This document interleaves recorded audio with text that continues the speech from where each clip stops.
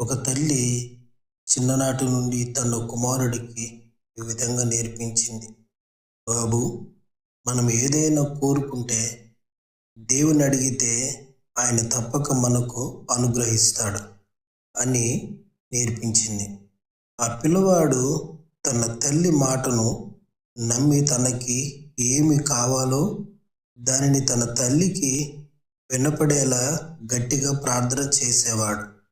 ప్రభువా, నాకు 100 రూపాయలు పాకెట్ మనీ కావాలి.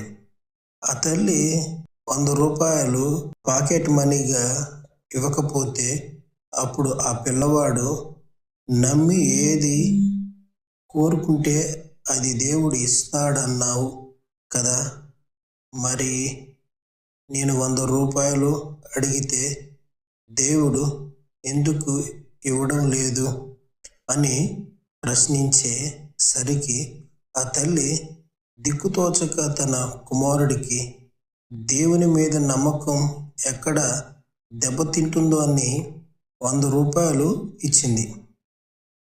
అప్పటి నుంచి ఆ కుర్రవాడు తనకు ఏది కావాలన్నా తన తల్లికి వినిపించేలాగా గట్టిగా ప్రార్థన చేసేవాడు.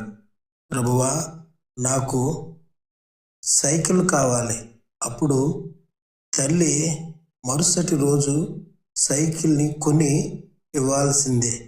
ఈ విధంగా ఆ కుర్రవాని కోరికలు రోజు రోజుకు లెక్కకు మించి పోవడం, ప్రతి కోరికకును ఆ విధంగా వ్యక్తపరచుకోవడంతో ఆ తల్లికి ఒక సత్యాన్ని గ్రహించింది.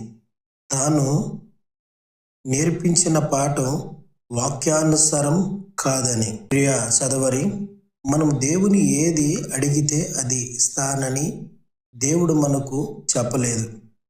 యోహాను సువార్త 15వ అధ్యాయం 7వ వాక్యం, నా యందు మీరును మీ యందు నా మాటలను నిలిచి ఉండిన ఎడల మీకు ఏమి కావాలనో అది కోరుకొనుడి, అప్పుడది మీకు అనుగ్రహింపబడును.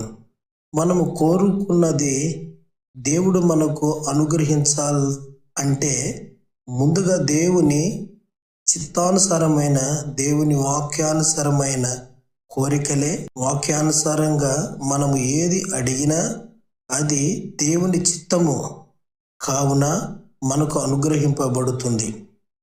ఉద్యోగం, వ్యాపారములో లాభం, జీవిత భాగస్వామి ఏదైనా సరే మనము ప్రార్థించినప్పుడు, దేవుని అడిగినప్పుడు వాక్యానుసారమై ఉండాలి. అప్పుడే మనకు అది అనుగ్రహింపబడుతుంది. అది మనకు ఆశీర్వాదకరముగా ఉంటుంది. ప్రభువు, నీ చిత్తమే నా జీవితంలో జరగాలి, నీ చిత్తానికి వ్యతిరేకంగా నేను ఏది నాకు దూరం చేయుము, నా జీవితంలో నిత్యము నీ చిత్తమే జరిగించుము అని మనము ప్రార్థించగలగాలి. అప్పుడే దేవుడు ఆశించినట్లుగా మనము జీవించగలము. ఇంకొక విషయం గమనించండి, దేవుడు మన కోరికలు తీర్చడు, కానీ మన అవసరాలు తీరుస్తాడు.